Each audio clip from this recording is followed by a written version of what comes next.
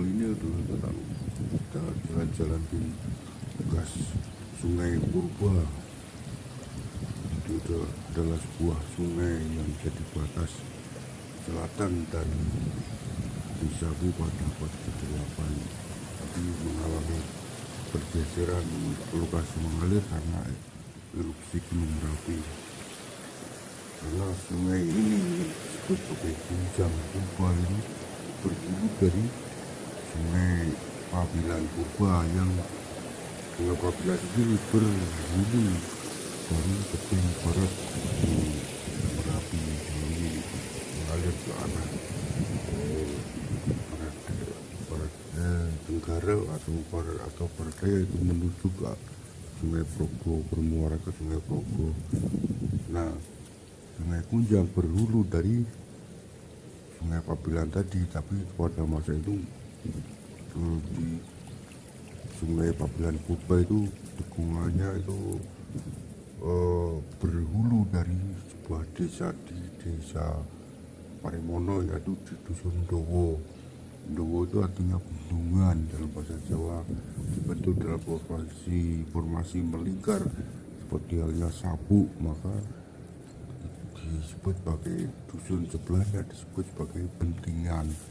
Dowo sendiri ada di dalam cekungan bendungan tadi itu, sekarang menjadi sebuah dusun. Nah, Sungai Gunjang Purba mengalir ke arah barat menuju Sungai Elo.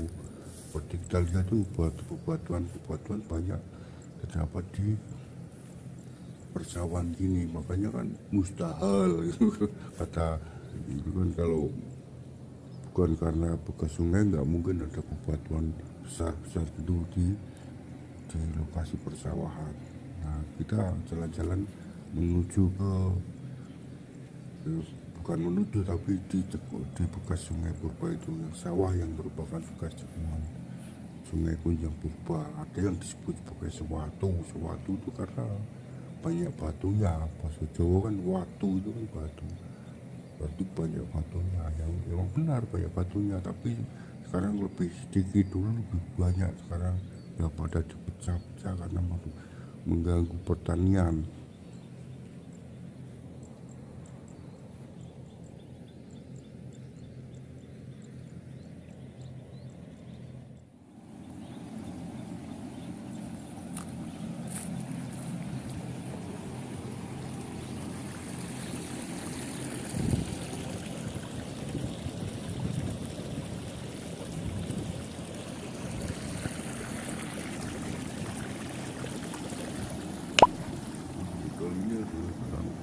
Kita jalan-jalan di bekas Sungai Purba.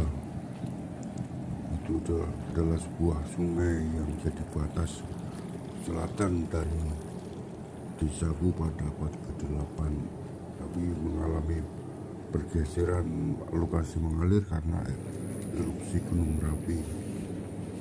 Karena sungai ini yang disebut sebagai Gunjang Purba itu berhulu dari Sungai Pabilan Purba, yang Sungai Pabilan sendiri berhulu dari tebing barat Gunung Merapi lalu mengalir ke arah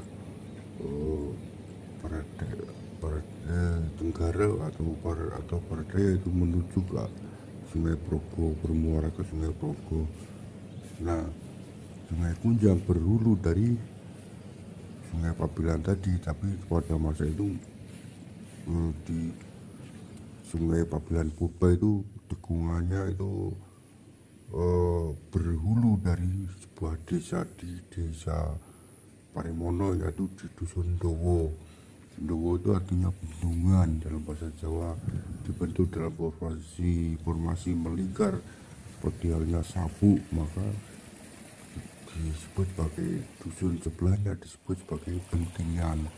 Dowo sendiri ada di dalam cekungan bendungan tadi itu, sekarang menjadi sebuah dusun. Nah, Sungai Gunjang Purba mengalir ke arah barat menuju Sungai Elo.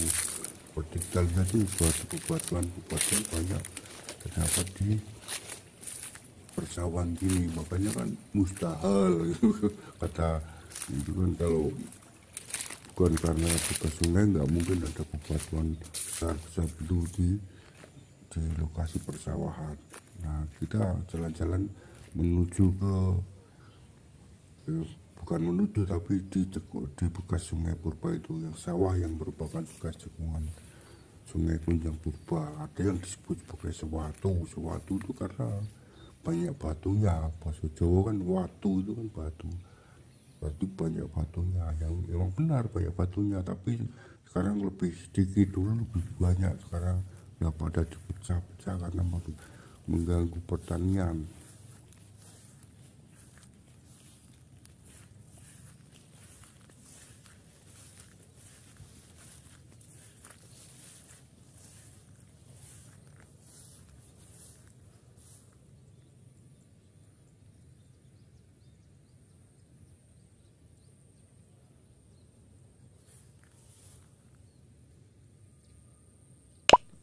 Sebenarnya kalau kita rasakan atau kita renungkan, banyak sekali yang bekas peradaban leluhur, tapi sama sekali nggak ada perhatian atau nggak dikenali, dan mungkin tidak ada aspirasi untuk mengenalinya, tidak ada minat untuk mengenalinya.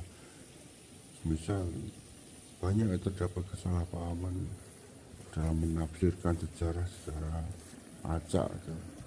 Zaman dulu dan zaman sekarang kan jelas beda banget. Bahasa Jawa dulu dan Jawa sekarang udah beda banget, karena bahasa Jawa dulu kan lebih mirip jadi sama Sunda dan Bali itu ada kemiripan. Kalau Bali dan Jawa itu masih ada kemiripan, misal kata T atau T lebih kental gitu, T. Kalau bahasa Sunda kan nggak ada itu. Nah, itu banyak situ langkah peradaban yang sama sekali kurang dikenali. Misal di tempat ini ada sawah namanya Segeto. Bagi saya itu nggak benar, karena lokasi sebenarnya itu ada di dekat dari pertemuan sungai Mangu Purba. Itu di sebelah utara lokasinya ada pertemuan sungai Mangu Purba ke Sungai Talikung.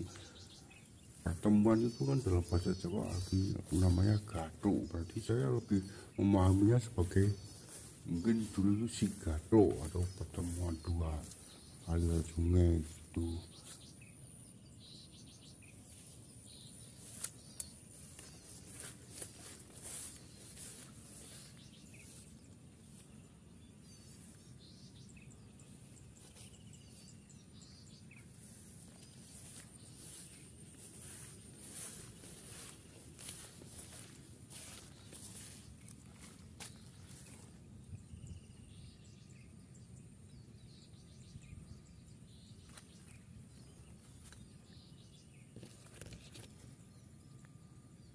Lalu masalah pelestarian situs cagar budaya di desaku, saya juga sudah terlalu sering mengungkapkannya di video-video channel ini, tapi saya nggak bosan karena emang perjuangan saya emang gitu, supaya ada dukungan dan pelestariannya itu dilaksanakan.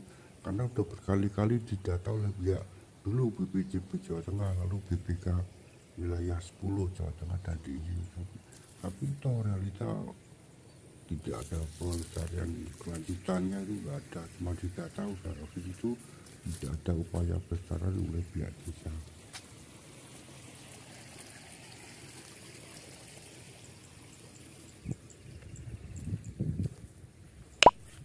Dan yang saya heran kenapa seperti saya pihak amatir gini nggak ada apresiasi atau istilahnya nggak ada diberi dukungan yang jelas itu dari pihak-pihak, misal kabupaten atau Dikbud atau apa. Saya justru nggak dapat apapun kecuali sering diledek dan sebagainya, dikeguyu posisioni ngurusi waktu, tapi nggak ada dukungan, nggak ada pembelaan dari pihak desa, itu nggak ada. Justru saya semakin sekarang makin males ngurusi situs cagar budaya lagi, tapi saya berusaha untuk tetap gimana cari jalan untuk supaya dapat dilestarikan, meskipun toh realitas setelah tidak pun beberapa kali itu situs cagar budaya setelah saya cek lagi udah nggak ada alias raib. Lalu apakah benar itu kalau sesuatu itu baru diperhatikan kalau udah viral? Misal tuh di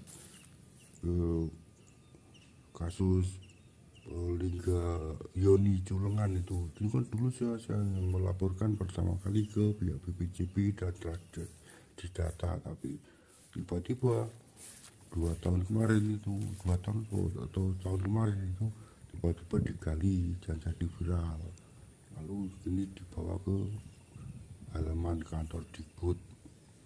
Lalu gimana dengan di desaku yang situsnya cagar budaya begitu banyak tapi sama sekali tidak ada pelestarian, dan yang melestarikannya pun tidak ada dukungan sama sekali.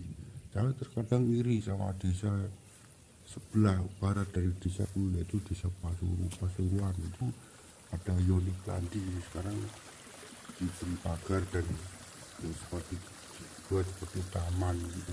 Itu kan buah kemajuan, seperti saya merupakan buah kemajuan. Dan kenapa silakan dicek, kalau saya mungkin salah atau saya pernah membuka di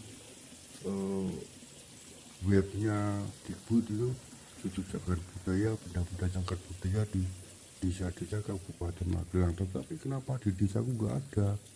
Itulah yang saya pertanyakan. Saya capek-capek cari mencari dan melaporkan situs cagar budaya juga dapat apa? Orang sering kali menuduh saya mendapat uang atau apa. Enggak, sama-sama sekali ya nggak dapat uang atau apapun, nggak dapat. Saya nggak mendapatkan apapun, tanda jasa atau apapun pun nggak ada. Tapi saya cuma berniat untuk supaya desaku lebih dikenal di dunia sebagai desa yang bekas komplek Candi Hindu, masuk ada pelestarian dan belum nggak dihargai sama sekali. Itu sebenarnya kan sebuah potensi. Kenapa kalah sama desa-desa sebelah yang tercatat ada benda-benda cagar budayanya pada desaku lebih banyak, karena merupakan sebuah bekas komplek Candi Hindu dan bekas dari pusat wilayah kecamatan pada abad ke-8.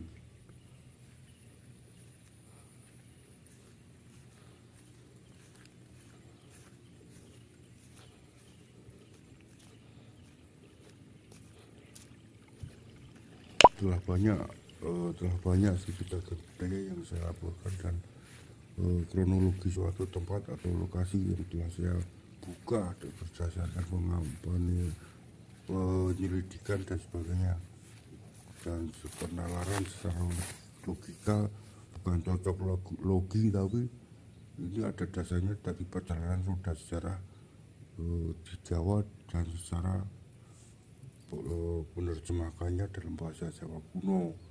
Misal nama desa kan wilayah nama berdasar dari etimologi, lalu saya pahami dari bahasa Jawa kuno dan ternyata tepat itu. Jadi bukan cocok logi, tapi entah, semoga aja dulu channel ini makin berkembang dan saya bisa punya dana untuk lebih melestarikan situs cagar budaya di desa yang makin lama makin punah. Dan jujur banyak yang telah raib meskipun telah didata. Semoga pihak berwenang di kabupaten dan provinsi mendukung saya dan memberi tindakan kepada pelestarian situs cagar budaya di desaku secara lebih nyata. Salam budaya.